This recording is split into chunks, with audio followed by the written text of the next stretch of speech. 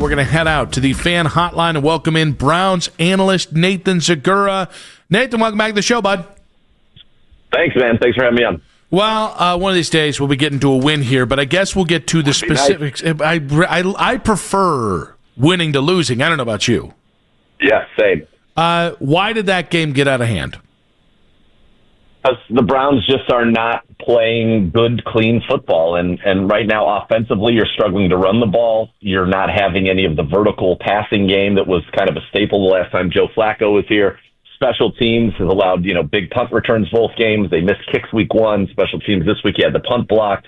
The defense has really been defense is, held up its end of the bargain. We talked about this season going into it. The Browns needed to do really 4 things, I think, to win consistently. And that was play great defense, run the football, be able to hit shot plays off of play action, get that vertical passing game going, which is kind of somewhat contingent upon running the football, and then be at least neutral, if not positive, in special teams. And so far, the only one of those 4 that you could check the box consistently would be on the defensive side. And so this one, you had a game in which you held a team the week before that averaged 8 yards a play and put up on 51 plays 40 points and over 400 yards of offense. You held them to 81 yards in the first half. And if you go back to the last 4 quarters, the second half of the Bengals game, the first half of the Ravens game, you held those 2 teams to 88 yards of offense and yet did not have the lead in that stretch of 4 quarters. In fact, during that stretch of 4 quarters, even if you count the touchdown, the 6 points at the beginning of the second half last time, you generated 9 points and your opponents generated 13. So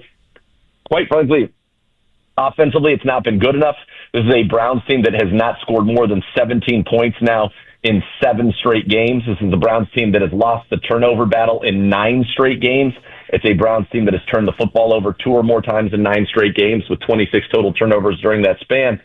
And that's the reason. That's just not – it's so hard to win in this league. The margins are so thin. And I thought the defense was great in the first half. I thought the Browns had an opportunity to jump on the Ravens in that first half, but offensively, we just couldn't get anything going, and that's the result. What'd you make of Judkins in his debut? I mean, he averaged over 6 yards a carry. I thought he was much better in the second half than the first half, but how'd you see it? Yeah, I like him. I like that he's decisive. He's north-south. He showed the speed, the ability to bounce it outside. In this game, as you mentioned, he averaged the 6 yards a carry. He did a lot of that after contact, which to me that's one of the things that's very impressive, and that's one of the things that you hope certainly can continue to translate, is that Quinshon Judkins has 57 yards after contact on 10 carries. That's 5.7 a carry. That's an incredible number. But that goes back to part of the problem is this Browns offensive line is not creating enough running lanes. 57 of his 61 yards were after contact. Dylan Sampson now over 2 games has had 35 yards rushing. 34 of them have come after contact. So the Browns offensive line's got to do a better job of creating space for these running backs. But I like Judkins. It's a little inflated. Some of that came, at the end of the game there. But I think you certainly can see that as he gets in the rhythm, he's going to be that bell cow. He's got explosive ability, good north-south runner, tough to bring down, all the things that you want. Nathan, it was a very small dose, but what did you see from Dylan Gabriel? It's hard to say. I mean, he started out running the ball, but I will tell you on that kind of little red zone corner route that was run by Dylan Sampson, that was a great ball because the corner T.J. Tampa did a good job recognizing that they were trying to occupy his attention with Jerry Jeudy running that little jerk route and sloughed off a little bit. And so that ball had to be lofted. It was thrown perfectly. That touchdown ball that's an NFL throw. That is a big-time NFL throw. So I thought Dylan looked good there. Obviously, Joe Flacco is the starter and will be, the Browns' schedule very difficult with Green Bay, Detroit coming up. Then you go to London, then it's at the Steelers. But this is not all on Joe Flacco. This was not his best game, but certainly not all on Joe Flacco. The drop passes continue to be a problem. The turnovers continue to be a problem. And, the special teams continues to be a problem, and that's tough. This Browns defense, Myles Garrett in particular, he's been sensational. I thought Mason Graham played well. McGuire's playing well. Second level, Schlesinger, Devin Bush, it looks like a first rounder and a stud out there. And I thought the corners, did a good job while Denzel and Greg were out there. But when you play a lot of man and you get down to the point now where, you're playing your 4th and your 5th corners, because let's not forget MJ Emerson's out, that man coverage, that cover one that in 2023 was a staple of this Browns defense. And, Browns gave a quarterback rating under 80 in cover one that year. This year they're getting attacked, and it felt like as soon as Cam Mitchell came in the game, there was a little bit of a bullseye on his back. Lamar Jackson went right at him.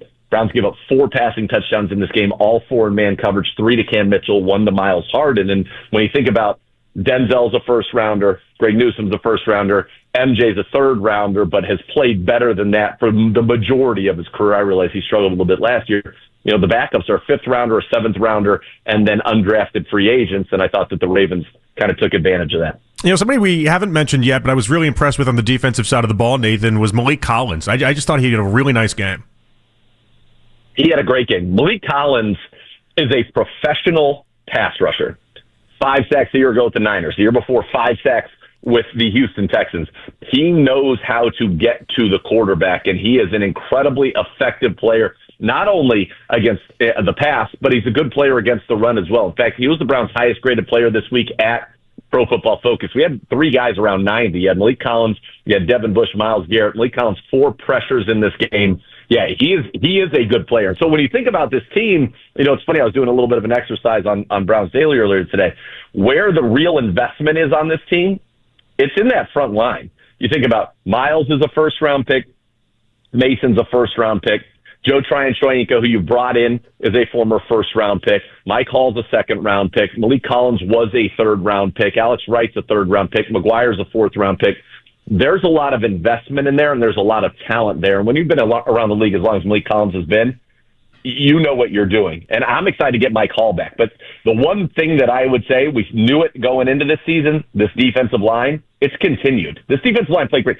Derrick Henry and Lamar Jackson in week 1 ran for 239 yards and 3 touchdowns. They ran for 36 yards against the Browns. So you think about, kind of holistically, you're going in week 1, let's stop the number 1 passing attack in the league. You did it. You shut down Joe Burrow under 5 yards an attempt. Jamar Chase, T. Higgins, 59 yards combined. Then you go to week 2 and you say, okay, we got to stop this ground game. You did it. I mentioned it, 239 yards week 1. This is the number 1 rushing attack in the league. Held Lamar Jackson to 13 yards, Derrick Henry to 23 yards, and yet you did not win. So that's the part I think that is frustrating for a lot of Browns fans because there's so much to like about what's happening defensively, but it's not translating to wins. Nathan, obviously between Joe's performance and then Dillon Gabriel getting there late in the game, this becomes the conversation. Ultimately, what do you think will dictate a quarterback change if and when that moment comes this season? I think, listen, Joe Flacco is a veteran. You understand what you're getting with him. He still has a winning record as the Browns starting quarterback, 4-3 in the regular season. You're going to see Joe Flacco, I think, until maybe we are in a place where, okay, this did not go like we wanted it to, and then you'll see Dillon Gabriel. I do think you'll see Dillon Gabriel at some point. I've said all along, look, if we're winning and Joe Flacco plays 17 games, that means this team's going to the playoffs.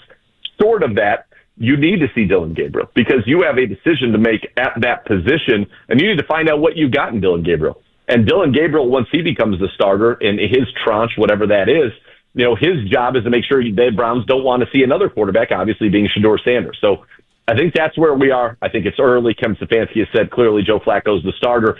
This would be a tough place to drop a rookie quarterback into, by the way, against his Green Bay defense. They look like one of the best teams in the NFL. Then it's on the road in Detroit. Then you're going to London, taking on a Brian Flores defense that can be very confusing for a young quarterback. And then you're in Pittsburgh. Now, their D has not been what it looked like in years past, but I've never seen a regular season win in Pittsburgh, and I've been with this team on the road since the 2014 season. I was there, however, for that great playoff win in 2020, which was a lot of fun.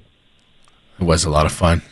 It was fun. Nathan, great stuff, buddy. Appreciate you. Thanks, Nathan. Yeah, thank you, guys. I appreciate you having me on as well. And yes, hopefully we can get to talking about a win because there are things that the Browns have done very well. This rookie classes look good. This defenses look good.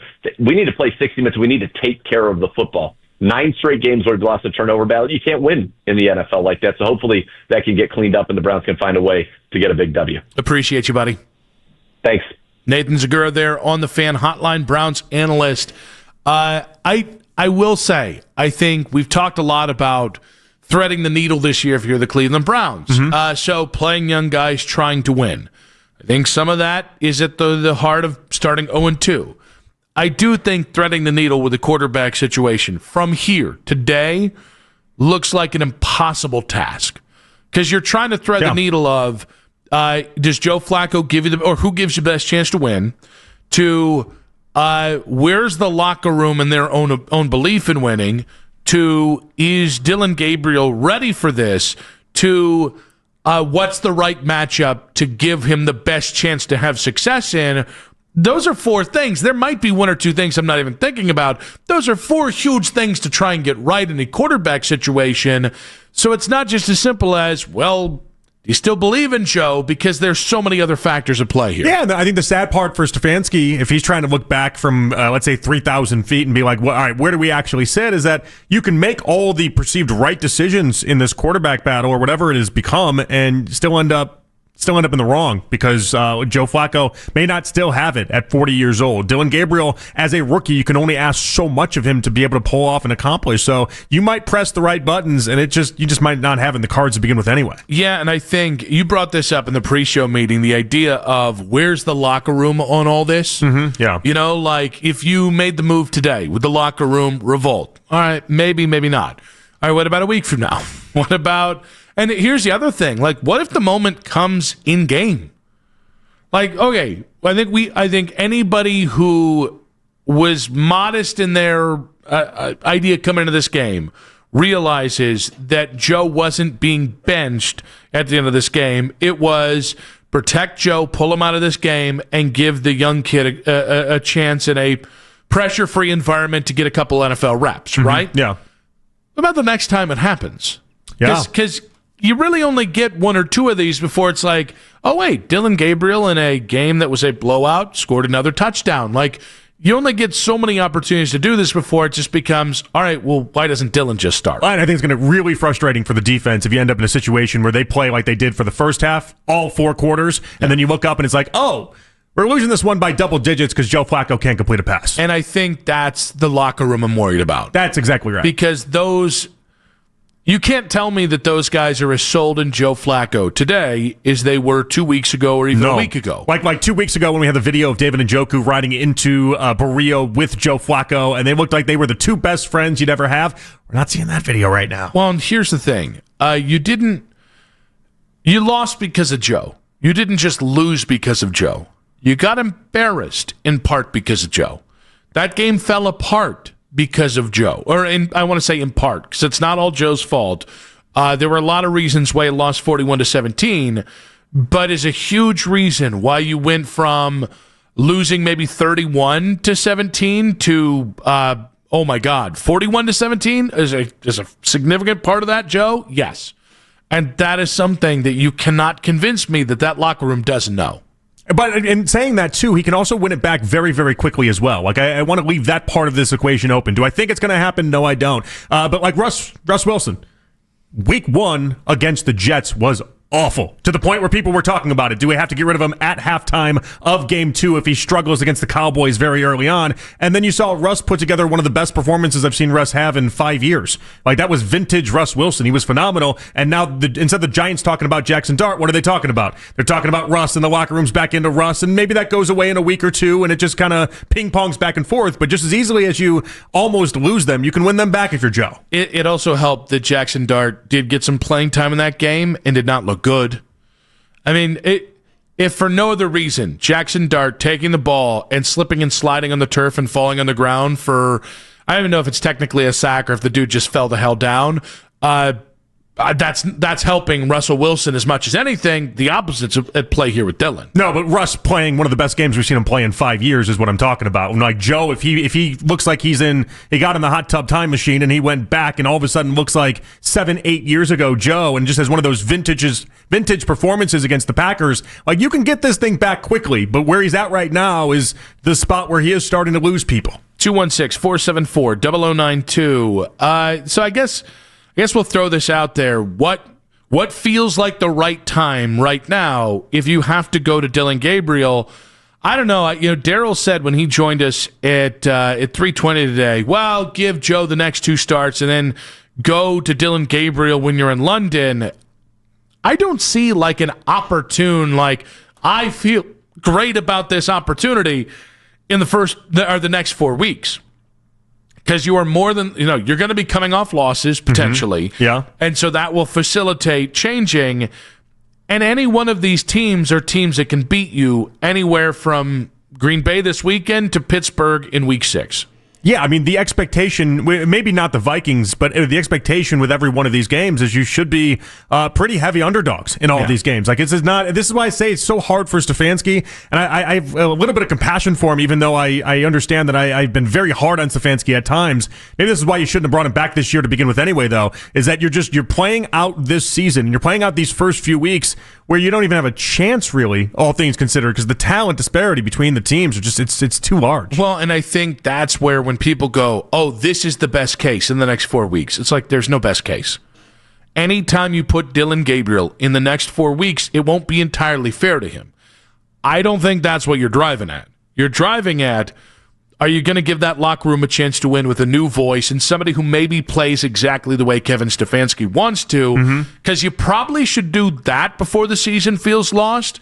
Again, just thinking in the name of the locker room itself. Yeah, I mean, is that unfair to Dylan Gabriel if you wait until the season just feels sunk and you got no chance to begin with anyway? Because that feels like you're playing with a lot of players then that maybe don't have their best.